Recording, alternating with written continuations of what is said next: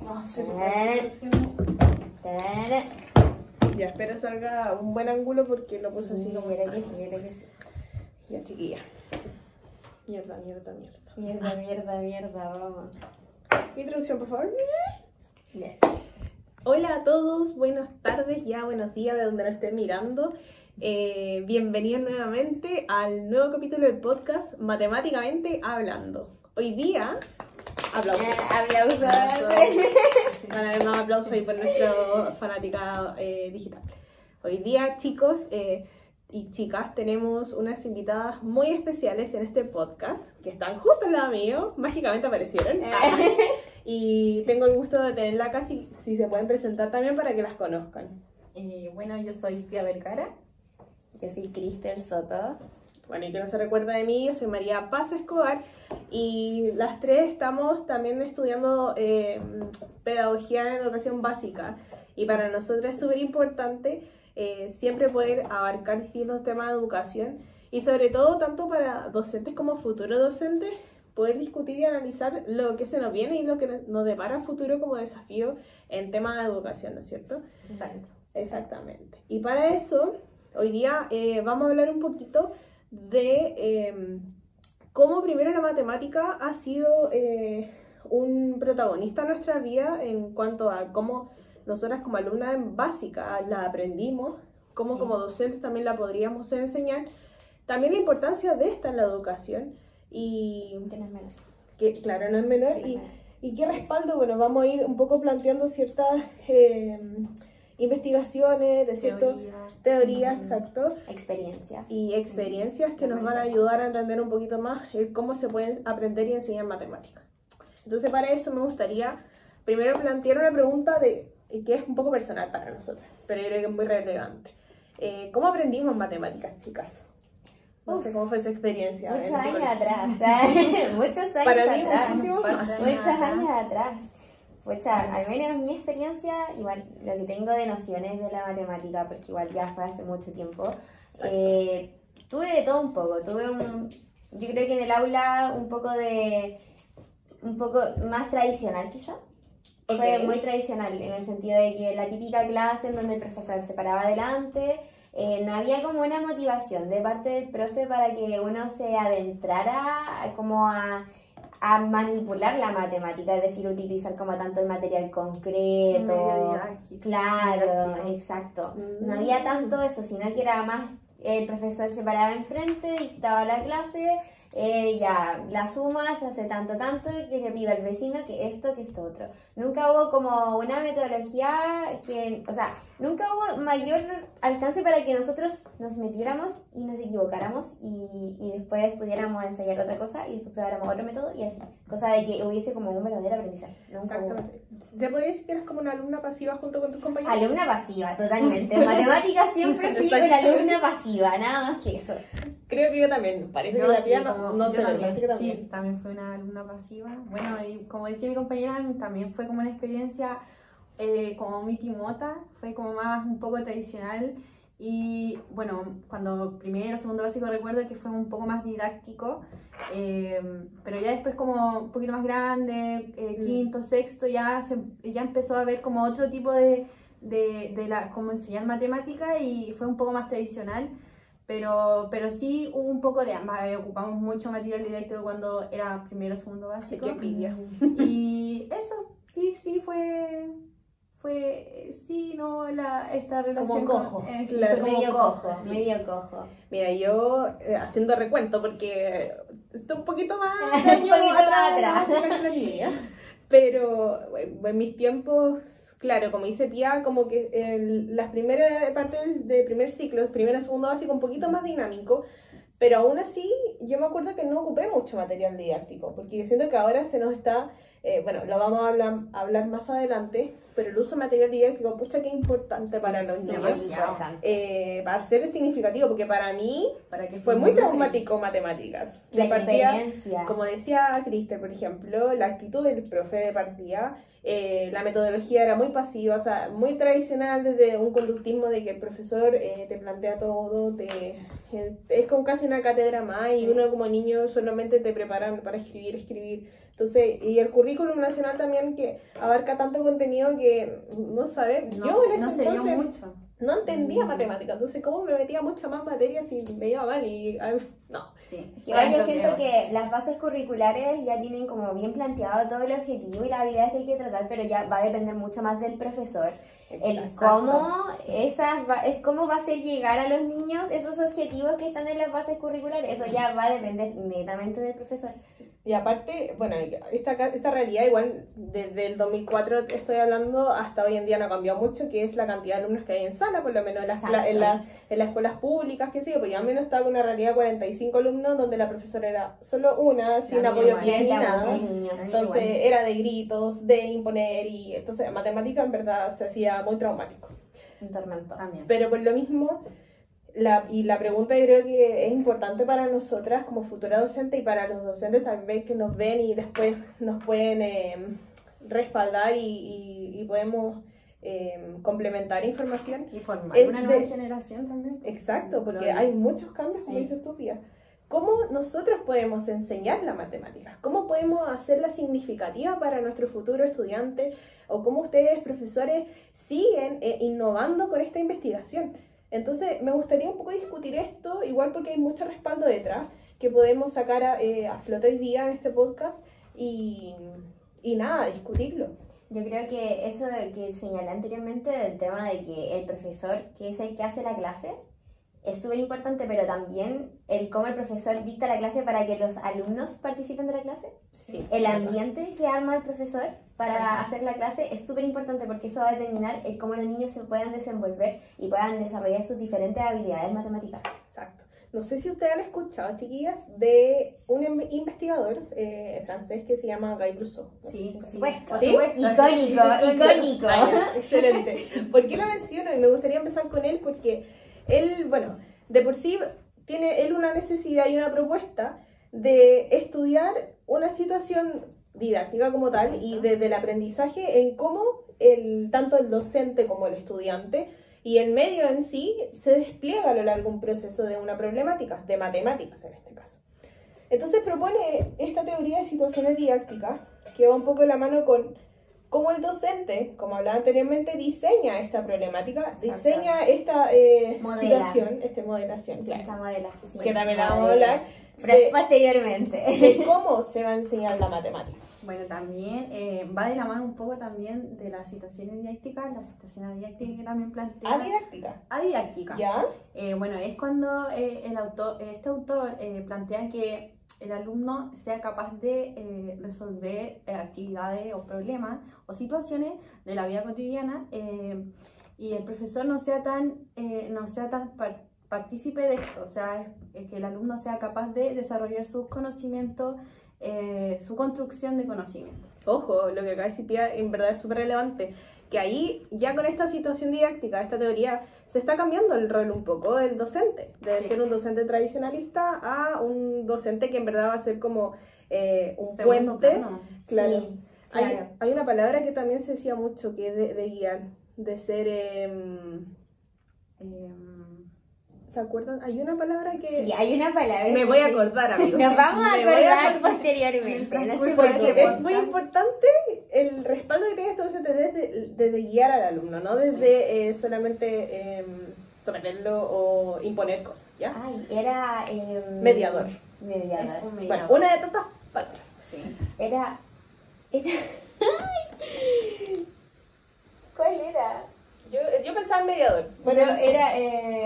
como lo vimos en lingüística, esto, un poquito el tema del andamiaje también. Claro, es que Sí, eso pero a lo largo de muchas materias hay muchos conceptos para apoyar. el mundo de la pedagogía. De la pedagogía básica. Para poder seguir con esto de la situación didáctica, que yo creo que igual va de la mano con todo lo que vamos a hablar, es que Brousseau también plantea distintas fases en base a esta situación didáctica y adidáctica como la Pía, que tiene que ver un poco de cómo nos podemos guiar como docente al momento de llevar una clase, por ejemplo.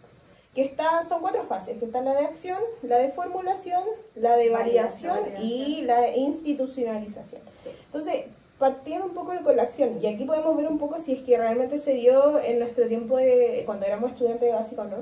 Que es que el niño en esta primera parte explora un poco y se podría decir,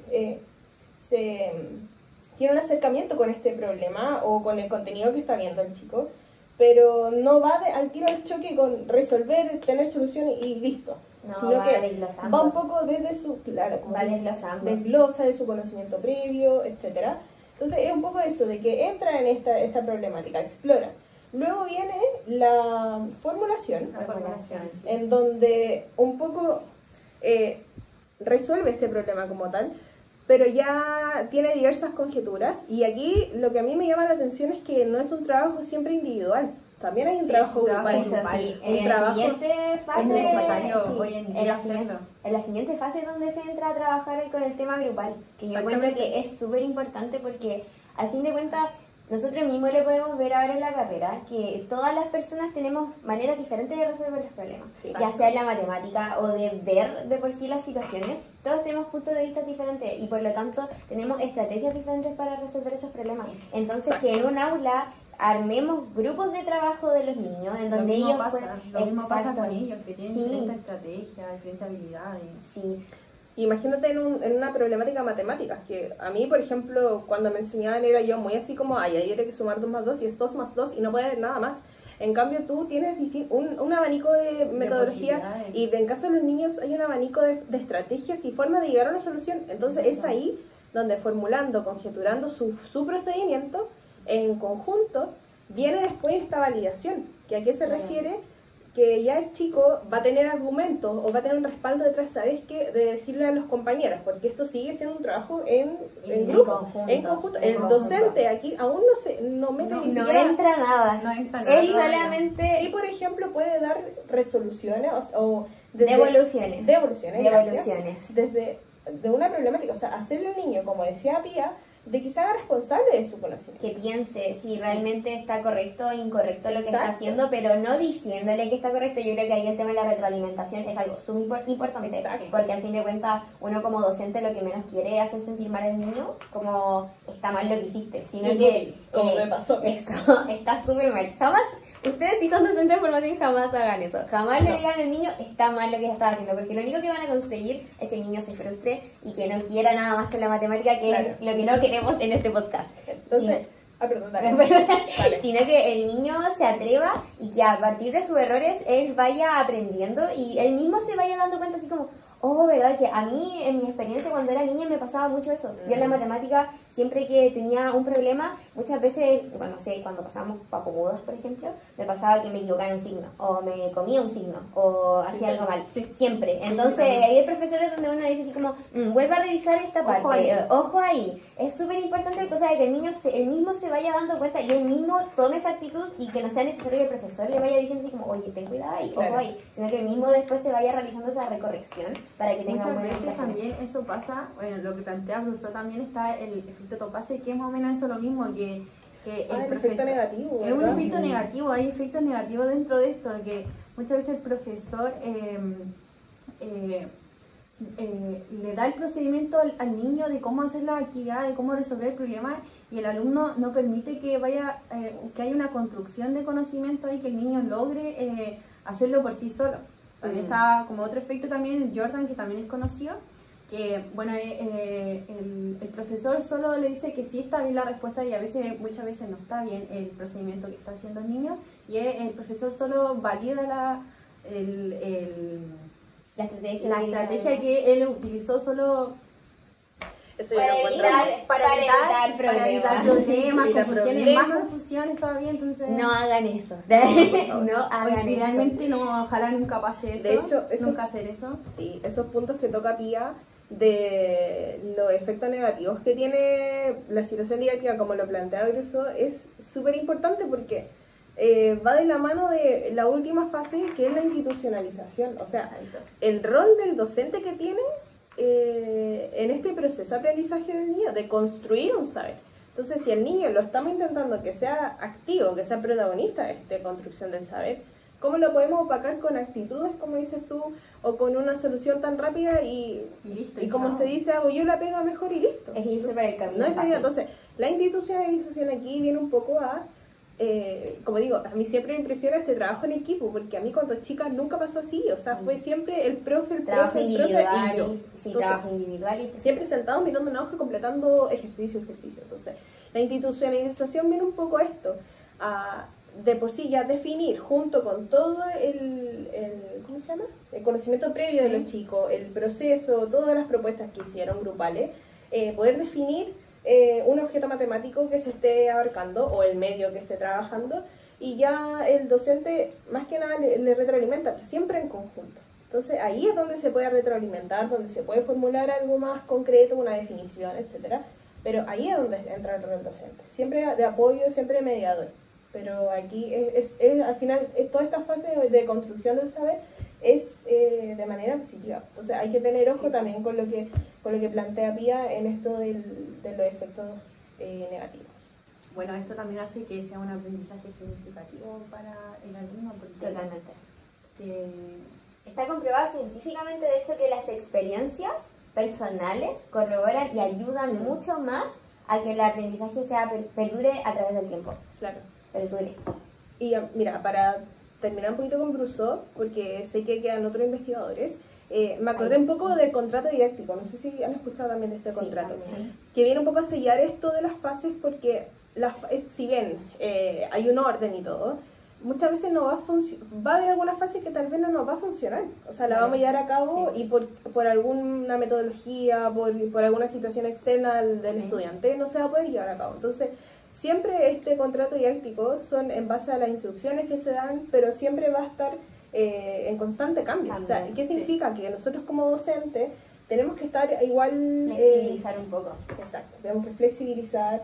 Hay un método también que habla mucho del COPICI, si no me equivoco. COPICI, Que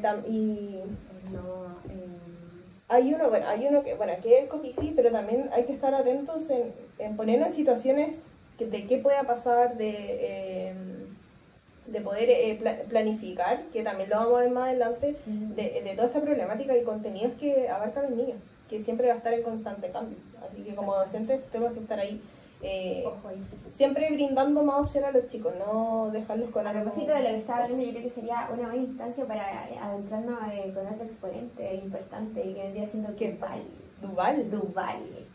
¿Les ¿Qué? suena Duval o no les suena Duval? Me Sí. suena dudar con algunas teorías que hablaba de Las famosísimas teorías semióticas. Las famosísimas teorías y temidas. Temidas y a por veces me muchos. confundía. Y ¿Por qué? confundidas porque... una de ellas es, por ejemplo, el lenguaje natural. ¿Ya? Sí. No sé si muchas veces ustedes, o sea, lo han utilizado. Yo lo ocupo porque es más básico. Yo creo que es el más básico. numérico, que es más o menos en las, no sé, las sumas, los números.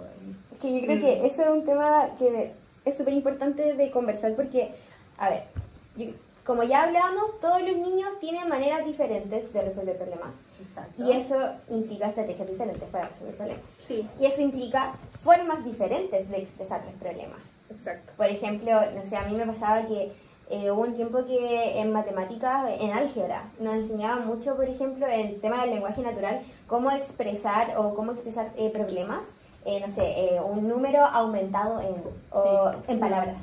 O también Elevado. exacto, todos los problemas explicados en palabras. O también puede ser, no sé, que para otro niño se le simplifique mucho más resolver un problema ya llevado como a datos. A datos en una tabla. Sí, una tabla. En una tabla, en un gráfico, o no sé, en un... Ayúdenme, ¿cómo se llaman? ¿Cómo se llama? No son rectas. Cartesiano. En el plano En el plano cartesiano. cartesiano. Hay mucho.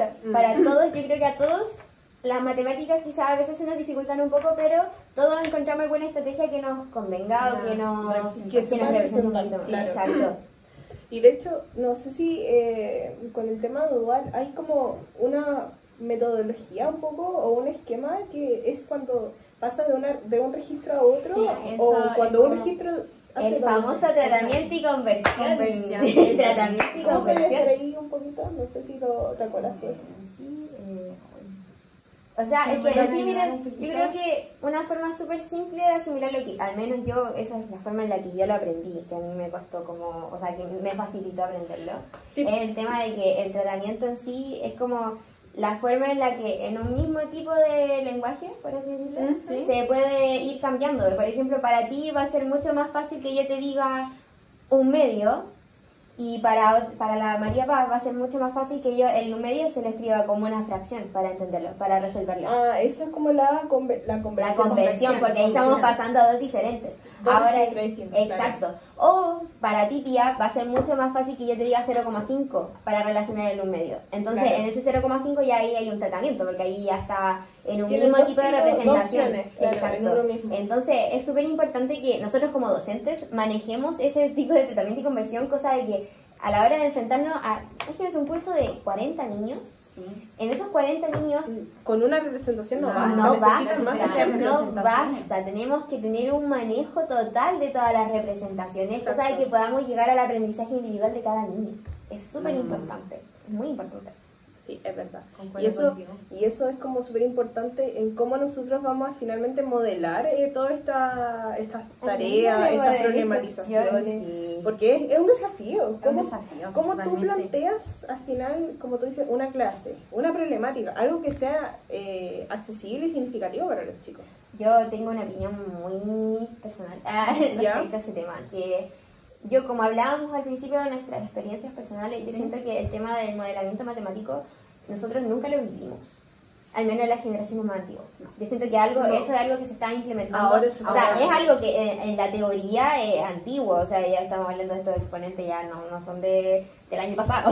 No, En la teoría ya llevan... unos 15 años atrás. Ya, sí, ya, la teoría ya es bien antigua, pero ya en la práctica, yo siento que en las aulas contemporáneas es algo que se está implementando más. Porque yo no tengo ningún recuerdo de que me llevasen a una sala en donde me agrupase, por ejemplo, en una mesa redonda con mis compañeros, nos llevaran material concreto no. Y una pudiéramos- biblioteca. Exacto, En y la que no sé, por biblioteca ejemplo, el quizá. tema del, no sé, los modelamientos matemáticos, los problemas de modelización tienen la particularidad de que el profesor no es que les pone datos y resuelvan.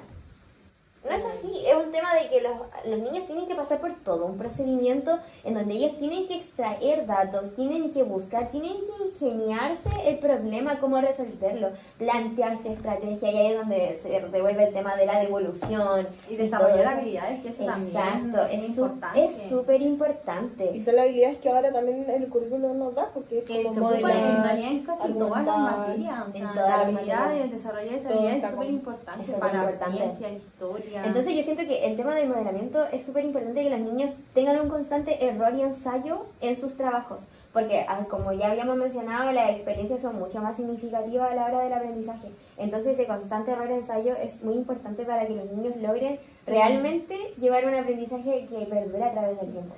Y no sé si les pasaba, pero yo me acuerdo cuando tenía que resolver problemas, y me acuerdo cuando estudiaba con mi papá me retaba, entonces como no entiendo, entonces a mí lo recuerdo La típica, también. las tablas, las tablas. Que papá, que no entiendo. Me salían ejemplos de repente tan así como, ¿cómo se puede decir? Como rebuscados. Por ejemplo, no sé, mi abuelita fue a comprar 2 millones de manzanas y cosas. Ya, que estamos grabando, perdón. Vamos a hacer un corte. Corte comercial aquí, ya. No un corte, es que no lo vamos a cortar, lo que pasa es que estamos en vivo y en directo. Exacto, estamos Entonces, en la vivo. emoción de la matemática no se habla muy fuerte. Bueno, decía yo que habían problemas muy rebuscados. Por ejemplo, no sé, mi abuelita fue a comprar 2 millones de manzanas. Y yo, ¿en qué momento Muchas veces no tenían compro 2 millones de sentido. manzanas? Eso. Entonces, o sea, El no 2 millones, contexto. pero un contexto. Entonces, ¿cómo nosotros podríamos llevarlo a cabo o en la realidad de, Sí, que tenga más de matemáticas, que tenga representación, que sea más Que significativo. se sientan representados no sé por si el ustedes contexto saben de matemático. alguna metodología o algo, o simplemente que se haga desde la realidad del niño, no sé, creo yo. Aparte se puede mezclar un poco las asignaturas. No sé si han escuchado de eso. Por ejemplo, no sé, se puede hacer como, creo que la otra vez vimos en clase, así como simplemente ocupar un nombre mapuche, por ejemplo. Ya a un niño tú le puedes sí. hacer un acercamiento de la adición, por ejemplo. Uno puede integrar también otra asignatura Exacto. en el mismo problema. De hecho, creo que lo hicimos en un trabajo. Sí, Incorporamos, sí. sí, le incorporamos un nombre de niño mapuche en un trabajo, Sí. en un problema matemático. Poder como un poquito Involucrar un poco las materias de quizás Sí, otras integrar. asignaturas, integrar, es súper importante. en problemas matemáticos, en situaciones. Tanto en En la tarea vida como cotidiana, más que nada, modernización. situaciones en la Exacto. vida cotidiana. Claro. Exacto. Mira, y se me viene a la mente un autor que también vimos que es Chevalar, que habla un sí. poco de... Otro icónico. Otro del área. Chevalar, que habla de la transposición didáctica. Y que tiene mucho que ver con esto que estamos discutiendo de cómo modelar una tarea, porque al final, cómo también transformamos el saber, de esto que hablamos de la base curricular, que podemos complementar con asignaturas, qué sé yo, cómo las llevamos al aula. Y eso es lo importante. Están estos tres saberes, que no sé si se recuerdan cuáles son. El saber sabio. Saber sabio. Está el saber enseñar y el saber enseñado. exacto. Esos tres yo creo que también son muy importantes tenerlo en cuenta como profe. Yo Lo siento vamos a que usar ahí hasta el último día. Yo siento que ahí el profesor vuelve a tener un poquito de protagonismo en el tema de enseñar, del aprendizaje. Porque a fin de cuentas ya sí, nos ponemos a hablar ya de la teoría en sí. El saber sabio es de todos los matemáticos, los científicos, todos los que ya son un poquito más adentrados en el tema de la matemática, no tanto Sí. como nosotros, que nosotros como que enseñamos un poquito de acá, un poquito de acá, un poquito de allá. Ellos ya son como del área específica de la matemática. Pero, ¿qué pasa? Que nosotros no les vamos a enseñar de la matemática científica a los niños. Los niños necesitan otras cosas, necesitan desarrollar otras habilidades. Una matemática natural así, pero recién sacada del horno no se puede. Exacto, entonces, es muy ¿cuál es difícil. cuál es la misión del profesor?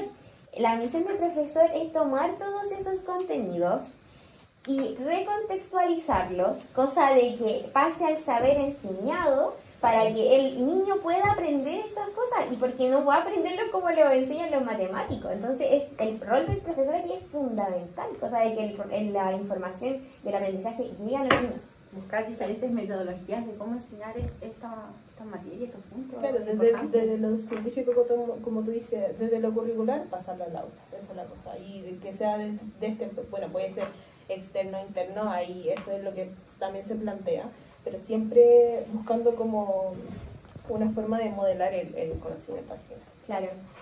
No sé, siento que hay tantas cosas que podríamos seguir descubriendo, pero esto es lo que, bueno, en parte es lo que nos convocado hoy día de cómo el docente puede llevar a cabo la enseñanza de la matemática. Sé que hay muchos más modelos que podemos seguir viendo y obviamente nosotros seguimos abiertas a poder seguir aprendiendo de esto, Sí. pero quería un poquito ya para ir concluyendo cómo, bueno, de la síntesis y del podcast, lo que hemos hablado un poquito desde las teorías, las situaciones didácticas, si después lo quieren buscar ustedes, que es propuesto por el amigo Gabriel Rousseau. Guy Rousseau. Hablamos también un poquito de esto de Duval con sí. el tema de los registros, las representaciones, de la modelización de la tarea como tal. Hablamos de Chevalar un poco con el tema de las Posición Transposición didáctica. didáctica. y me gustaría nosotras, bueno, como futuras docentes también, hacernos esta pregunta, o sea, o reflexionar desde el ámbito pedagógico, cómo nosotras vemos esto de la importancia de enseñar matemáticas y qué mensaje también le daríamos a los docentes que nos están viendo en este podcast, en este capítulo. Yo tengo un mensaje muy claro para todos los docentes que es: no tengan miedo a enseñar la matemática por su experiencia propia, porque tienen que pensar de que nosotros que tengamos una mala experiencia, todo en la vida es un ciclo constante. Si nosotros no rompemos ese ciclo de tenerle miedo a la matemática, vamos a estar pasándole ese miedo a las futuras generaciones. Y eso va a ser un Hay que ciclo romper constante. el hielo. Sí, romper el hielo, romper el ciclo. Atrévanse, piérdanle el miedo a la matemática, aprendan matemática, ensúciense las manos. Si se equivocan, vuelvan, ensúciense las manos, vuelvan a practicar, porque al fin de cuentas el error y ensayo, como ya mencioné anteriormente, es súper importante.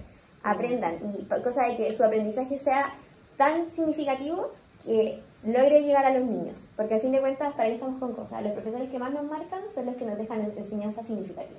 Exacto. Para ti, Pia, ¿qué reflexión te deja este podcast?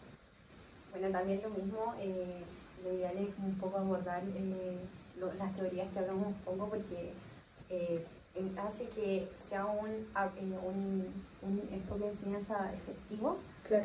Y también que sea significativo para los alumnos, para que ellos puedan, para que el alumno pueda desarrollarse de mejor manera. Entonces es muy importante también tomar en cuenta todas estas teorías que hemos hablado, y eso, siempre tratar de llevarla a cabo al aula, y eso más que nada.